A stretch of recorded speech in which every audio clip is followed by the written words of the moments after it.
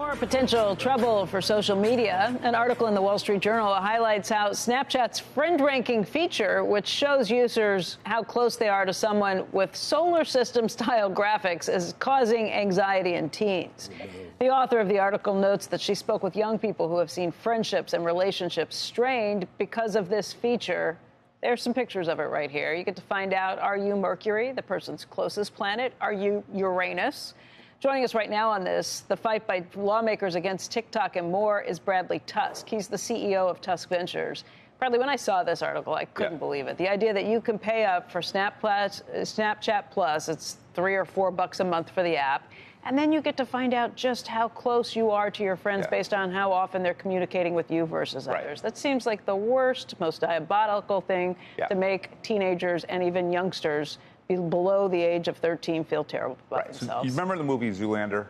Where, so Will Ferrell, do you guys see that? I remember. Right. So there's a scene where Will Ferrell, who's like the bad guy, says, like, am I taking crazy pills? It feels like I'm taking crazy pills. That's what it feels like here, right? Which is, you know, the reality of the situation is, as you know, and we've talked about a lot, is it's a disaster out there. It's like the World Happiness Report came out, I think, a week or two ago. The U.S. fell out of the top 20 for the first time ever because people under the age of 30 are so unhappy. We would be ranked 62nd if we just had people under the age of 30. 30% of teenage girls have said they've seriously considered suicide.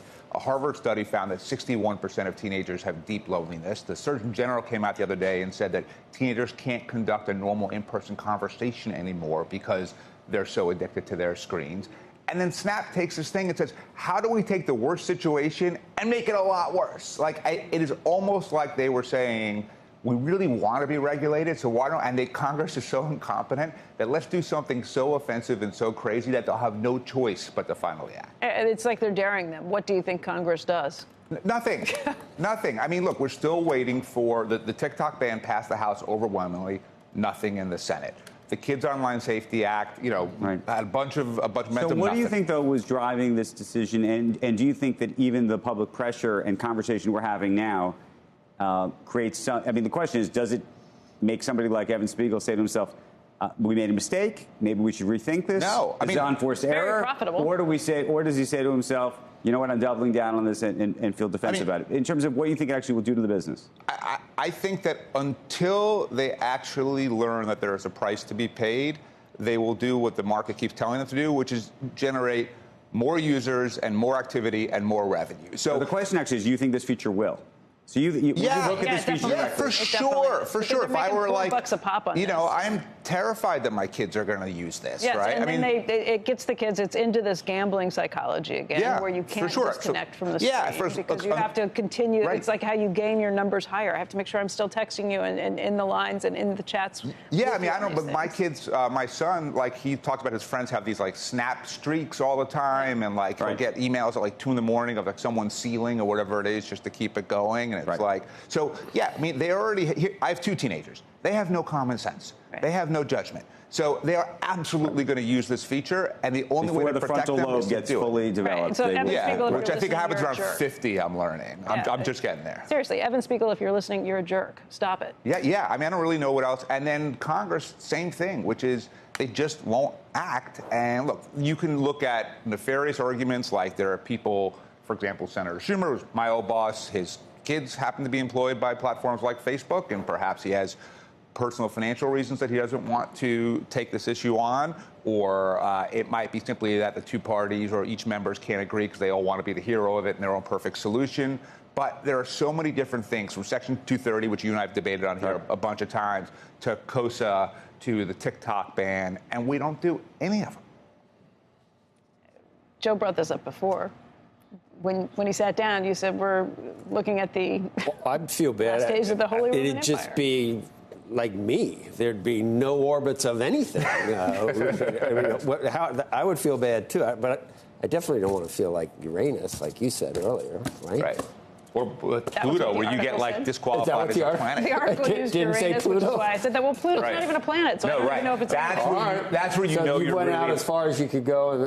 Without hitting Pluto. How about Neptune? That's pretty damn far. Right. You're an outcast when you're Pluto. When you're the thing that's no longer even considered a planet. Right. I don't even know. I'm not on this. I think that was like my high school. I think Pluto's back. Yeah, Pluto might be back. Oh, it's back? Yeah, Goofy, no way.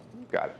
Well, okay, so what's to be done is there are some movements that are being made at state levels. There are some movements that are being made where, school districts are coming together and going after these social media apps because they're the ones who are left to clean up the mess on it. Yeah, there's a few. So one is we did see, like you said, 4 school districts in Canada just sue the platform saying our mental health costs for dealing with our own kids have gone skyrocketed because of you.